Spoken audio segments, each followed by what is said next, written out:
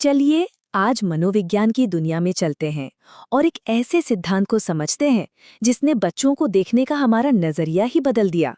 जी हाँ, हम बात कर रहे हैं जीन पियाजे के संज्ञानात्मक विकास के सिद्धांत की। कभी सोचा है बच्चे बड़ों से इतना अलग क्यों सोचते हैं? उनकी दुनिया, उनके सोचने का तरीका हमसे इतना जुदा क्यों लगता है? हर माता पिता या टीचर के मन में यह सवाल कभी ना कभी तो आता ही है। और इसका जवाब पता है कहाँ छिपा है?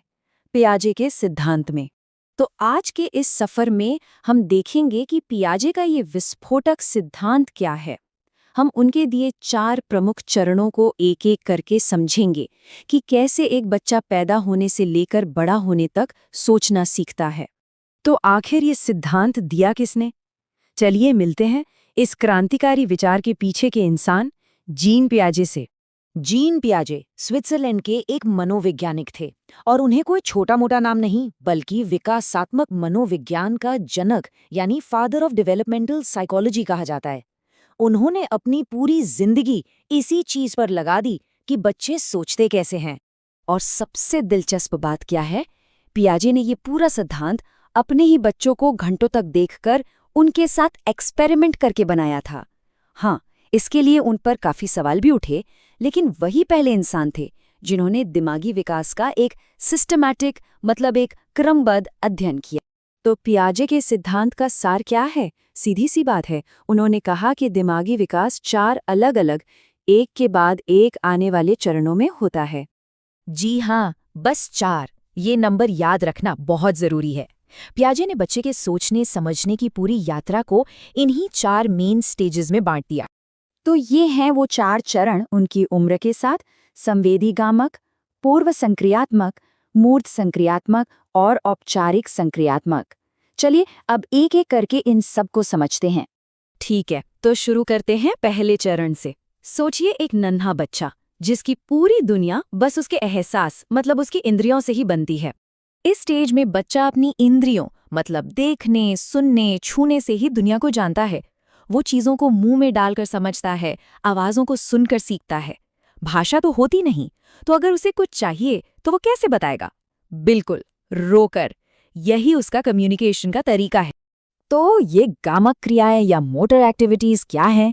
अरे भाई, ये वही छोटी छोटी हरकतें हैं जो बच्चे करते हैं, जैसे हाथ से कुछ पकड़ना, अंगूठा चूसना, आवाज़ सुनकर उधर देखना। इन्हीं सब से तो वो सीख रहा होता है। तो चलिए अब थोड़ा आगे बढ़ते हैं। बच्चा बड़ा हो रहा है और अब शुरू होती है पूर्व संक्रियात्मक अवस्था। यहीं से कल्पना और भाषा की दुनिया के दरवाजे खुलते हैं। और इस स्टेज को याद रखने का एक बहुत बढ़िया नाम है खिलौने की आयु। ऐसा इसलिए क्योंकि इस उम्र में बच्चे अपने आसपास की दुनिया से खेलना शुरू कर देते हैं और हर चीज उनके लिए खिलौना बन जाती है। इस स्टेज में देखिए क्या क्या होता है। बच्चा आस पड़ोस के बच्चों के साथ खेलने लगता है, चीज़ों के लिए शब्द इस्तेमाल करने लगता है और सबसे ज़रूरी भाषा का विकास शुरू होता है।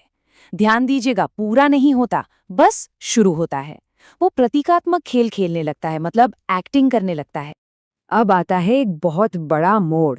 यहाँ से तार्किक सोच यानी लॉजिकल थिंकिंग की शुरुआत होती है। ये बच्चे के दिमाग के विकास में एक बहुत बड़ी छलांग है।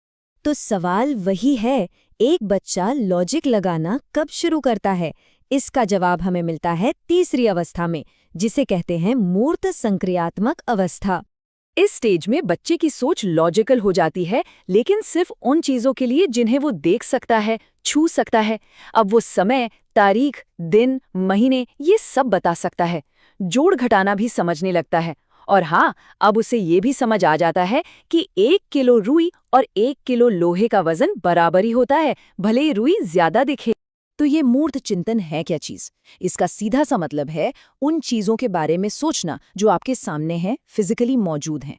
ये ईमानदारी या न्याय जैसे आइडियाज के बारे में सोचना नहीं है, क्योंकि वो दिखते नहीं हैं, उन्हें छुआ नहीं जा सकता। और अब हम पहुंचते हैं इस सफर के आखिरी मंजिल पर, वो स्टेज जहां सोच सिर्फ दिखने वाली चीजों तक सीमित नहीं रहती, बल्कि अमूर्त और काल्पनिक भी हो जाती है। इस तुलना से बात एकदम साफ हो जाती है। मूर्त चिंतन यानी जो दिख रहा है उसी पर सोचना, और अमूर्त चिंतन मतलब उन आइडियाज के बारे में सोचना जो सामने नहीं है। जैसे भविष्य के बारे में योजना बनाना या किसी एक प्रॉब्लम के 10 अलग-अलग सॉल्यूशन सोचना। तो इस आखिरी स्टेज में, जिसे हम औपचारिक संक्रियात्मक अवस्था कहते हैं, किशोर की सोच एक वयस्क की तरह हो जाती है। वो अब सिर्फ क्या है के बारे में नहीं, बल्कि क्या हो सकता है के बारे में भी सोच सकता है। मतलब काल्पनिक समस्याओं को भी हल कर सकता है। इसीलिए इसे तार्किक चिंतन का असली स्टेज माना जाता है। तो इन सब को जानने के बाद एक बहुत बड़ा सवाल खड़ा होता है ना? कि इस जानकारी का हम असल जिंदगी में, खासकर टीचिंग में, कैसे इस्तेमाल करें? क्या हमें छोटे बच्चों को बड़े-बड़े मुश्किल कॉन्सेप्ट्स पढ़ाने चाहिए? या फिर उन्हें पहले चीज़ों को छूकर, देखकर और महसूस करके सीखने का मौका देना चाहिए? इस पर